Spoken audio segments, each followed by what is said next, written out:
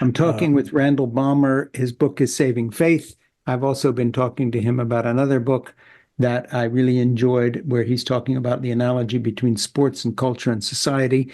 But I want to go with what you just brought up about Mike Johnson, because it's I interviewed James Carville the other day about his views on Mike Johnson, and what we were both talking about together. And I'd like to get your take on this as a historian and someone who knows about all this. It seemed to me that in Mike Johnson and his appeal, in essence, to sort of return to a theocracy rather than a democracy, in that he regards America as a Christian nation. So it's in its truest form, it does not adhere to a constitution which has humanist overtones from the Enlightenment and so forth, but rather an Old Testament biblical style theocracy. Obviously, I am very attuned to that because, we were part of a movement called the Reconstructionist movement, or the theonomous figures like Gary North, who was the son-in-law of Rousas Rushdoony, and others who openly called for a theocracy and actually didn't like American democracy. They were openly antagonistic to the Constitution, which they regarded as a secular document that had bastardized the true origin of America as a city set on a hill, John Winthrop and the others. You know all about this. Let's talk a little bit about Mike Johnson, theocrat. Again, we were outsiders, sort of having meetings with senators and congressmen. My dad was not the Speaker of the House. Right.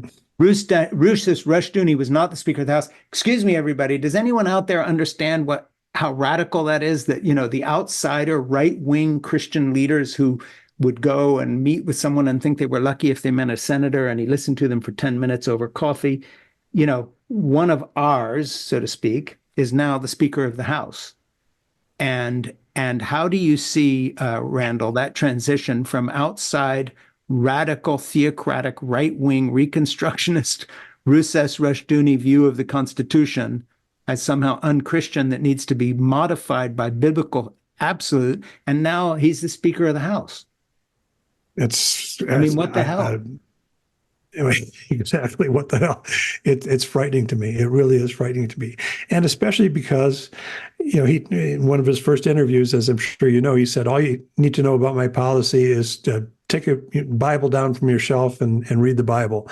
And okay, fine, but where are we? Where are we turning?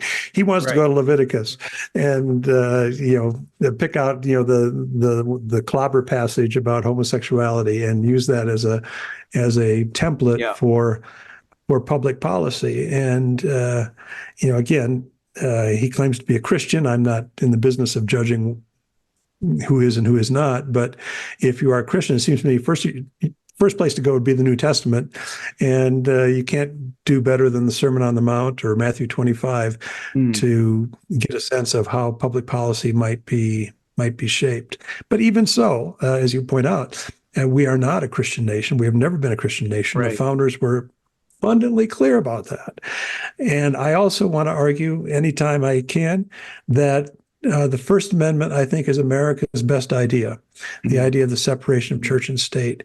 And that is because the founders had seen the ravages of religious warfare back in England and Europe. They wanted to avoid that.